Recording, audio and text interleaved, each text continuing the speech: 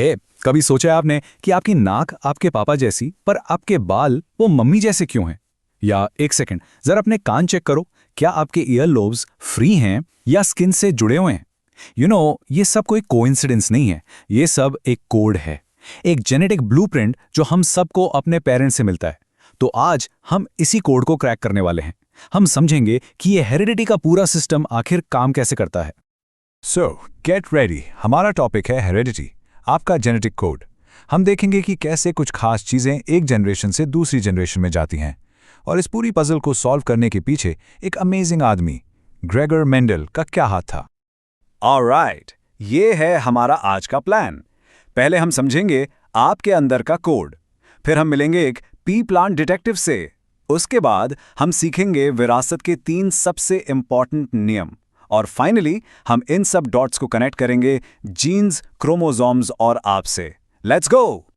Okay, section 1, आपके अंदर का कोड। चलिए सबसे पहले यह देखते हैं कि हम सब एक ही स्पीशीज के होकर भी एक दूसरे से इतने अलग क्यों दिखते हैं। जरा एक गन्ने के खेत के बारे में सोचिए। सारे पौधे ऑलमोस्ट एक दूसरे की कार्बन कॉपी होते हैं, राइट? ये है एसेक्सुअल रिप्रोडक्शन, जहां वेरिएशन यानी फर्क ऑलमोस्ट जीरो होता है। और अब जरा इंसानों को देखो, हम सब, कोई लंबा कोई छोटा, अलग अलग आंखें, अलग बाल, हम सब कितने डिफरेंट हैं। ये है कमाल सेक्सुअल रिप्रोडक्शन का, जो क्रिएट करता है ढेर सारा वेरिएशन। तो ये वेरिएशन है क्या चीज? बहुत सिंपल है।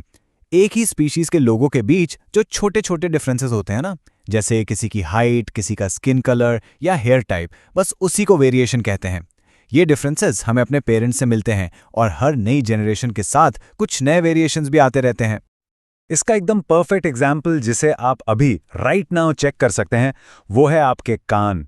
कुछ लोगों के ईयर लोब्स फ्री होते हैं, जैसे आप लेफ्ट साइड वाली पिक्चर में देख रहे हैं, और कुछ लोगों के अटैच्ड होते हैं, मतलब हेड की स्किन से सीधे जुड़े हुए लगते हैं, जैसा राइट साइड में है। ये दोनों ही ह्यूमन पॉपुलेशन में पाए जाने वाले कॉमन वेरिएंट्स हैं। तो चलिए, अब आपकी बारी। वीडियो को पॉज कीजिए और आईने में देखिए, आपके ईयर लोब्स फ्री हैं या अटैच्ड। हमें नीचे कमेंट्स में जरूर बताइए। लेट्स सी कि हमारे व्यूअर्स में कौन सा वाला टाइप ज्यादा कॉमन है। Okay, so what? ये वेरिएशंस इतने इंपॉर्टेंट क्यों हैं? सिर्फ अलग दिखने के लिए? नहीं, बिल्कुल नहीं। इसकी सबसे बड़ी वजह, द नंबर 1 रीजन है सर्वाइवल, इस बदलती दुनिया में जिंदा रहने के लिए। चलो इसको एक एग्जाम्पल से समझते हैं। मान लीजिए कि एक बैक्टीरिया की पॉपुलेशन है और अचानक से टेम्परेचर बहुत बढ़ जाता है, एक हीट वेव आ जाती है। तो क्या होगा? ज़्यादातर बैक्टीरिया मर जाएंगे, लेकिन उनमें से कुछ जिनके अंदर नेचुरली थोड़ी ज़्यादा गर्मी सहने की पावर वाला वेरिएशन होगा, वो जिंदा बढ़ जाएंगे, और फिर यही सर्वाइवर्स आगे रिप्रोड्यूस करेंगे, और उनकी अगली जनरेशन भी हीट रेजिस्टेंट होगी। देखा, वेरिएशन ने उस पूरी स्पीशीज को खत्म होने से बचा लिया।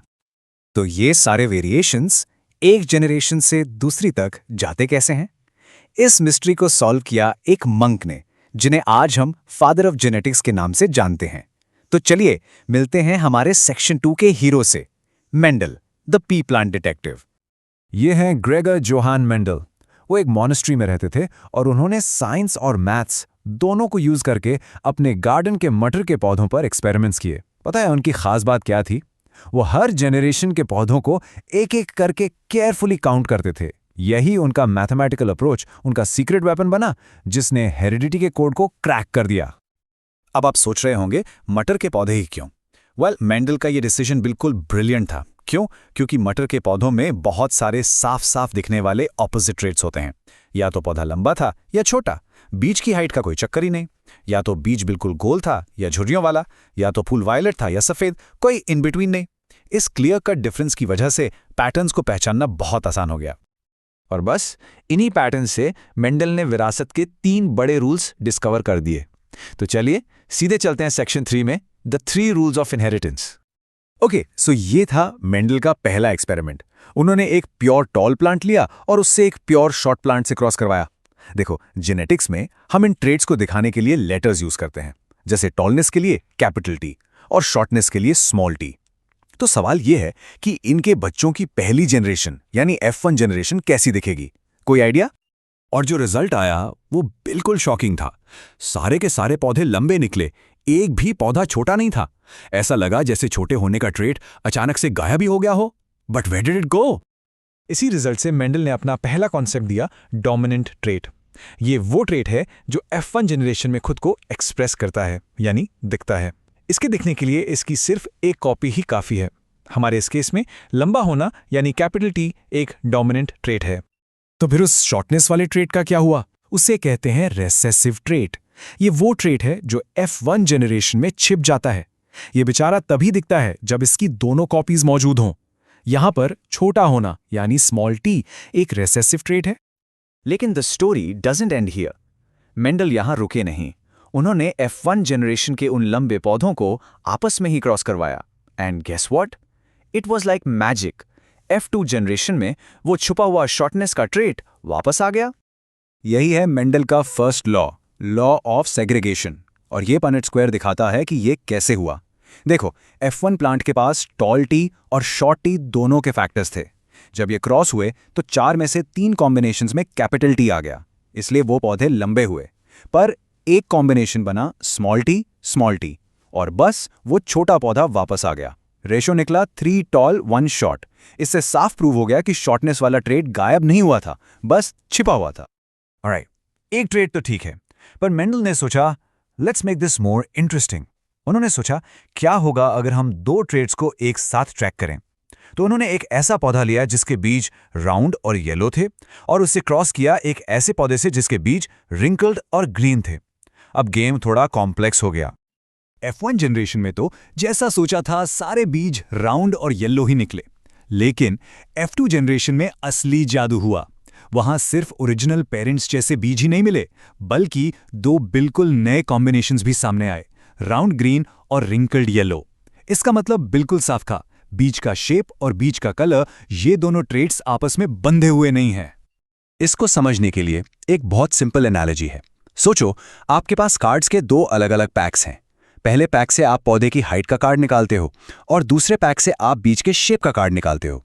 एक पैक से कार्ड निकालने का दूसरे पैक पर कोई असर नहीं पड़ता, वो दोनों एक दूसरे से बिल्कुल इंडिपेंडेंट है। बस यही है मेंडल का लॉ ऑफ इंडिपेंडेंट असॉर्टमेंट। तो इस रूल का रियल वर्ल्ड में क्या फायदा? बहुत बड़ा। ये रूल लिटरली मॉडर्न एग्रीकल्चर की नींव है। इसी प्रिंसिपल को यूज करके आज साइंटिस्ट बेस्ट ट्रेट्स को मिक्स एंड मैच करके सुपर क्रॉप्स बनाते हैं। जैसे एक ऐसी फसल जिसकी पैदावार भी ज्यादा हो और उसमें बीमारियों से लड़ने की ताकत भी हो। Pretty cool, right? मेंडल ने जिन्हें फैक्टर्स कहा था उन्हें आज हम क्या कहते हैं, और ये फैक्टर्स हमारी बॉडी के अंदर आखिर होते कहाँ हैं? Welcome to our final section, genes, chromosomes and you. चलिए इस पूरी कनेक्शन को आसान भाषा में स्टेप बाय स्टेप समझते हैं। स्टेप 1, हर ट्रेट जैसे आपकी हाइट, उसको कंट्रोल करते हैं प्रोटीन्स। स्टेप 2, ये प्रोटीन्स कैसे बनेंगे, इसकी इंफॉर्मेशन लिखी होती है एक जीन में। स्टेप 3, जीन डीएनए का एक छोटा सा हिस्सा होता है। और स्टेप 4, ये सारा का सारा डीएनए धागे जैसे स्ट्रक्चर्स में टाइटली पैक होता है, जिन्हें हम क्रोमोसोम्स कहते हैं। सिंपल। इसको थोड़ा और डीपली समझें। सोचो, जीन एक रेसिपी है जो एक स्पेशल प्रोटीन या एंजाइम बनाता है। अगर ये एंजाइम बहुत अच्छा काम करता है तो वो प्लांट में ज्यादा ग्रोथ हार्मोन बनाएगा और पौधा लंबा यानी टॉल हो जाएगा। लेकिन अगर उस जीन में थोड़ा सा बदलाव आ जाए और एंजाइम थोड़ा कम एफिशिएंट हो तो ग्रोथ हार्मोन कम बनेगा और पौधा छोटा यानी शॉर्ट रह जाएगा। It's that simple. और हम इंसानों का क्या?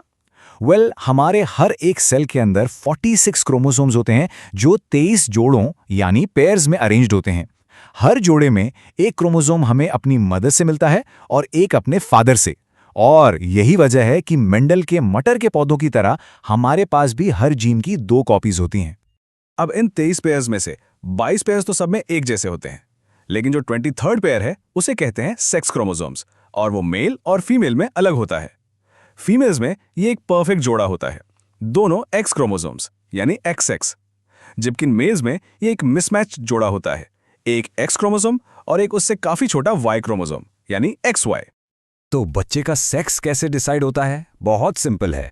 मदर से तो बच्चे को हमेशा एक एक्स क्रोमोसोम ही मिलता है। असली डिसाइडिंग फैक्टर फादर है। अगर फादर की तरफ से एक्स क्रोमोसोम आया तो कॉम्बिनेशन बनेगा XX यानी बेबी गर्ल, और अगर फादर की तरफ से Y क्रोमोसोम आया तो कॉम्बिनेशन बनेगा XY यानी baby boy. So ultimately it's the father's chromosome that determines the sex of the child. एक मिनट के लिए सोचिए, मेंडल ने सिर्फ मटर के पौधों से लाइफ के इतने बड़े राज खोल दिए। आज हमारे पास टेक्नोलॉजी है पूरे के पूरे डीएनए कोड को पढ़ने की।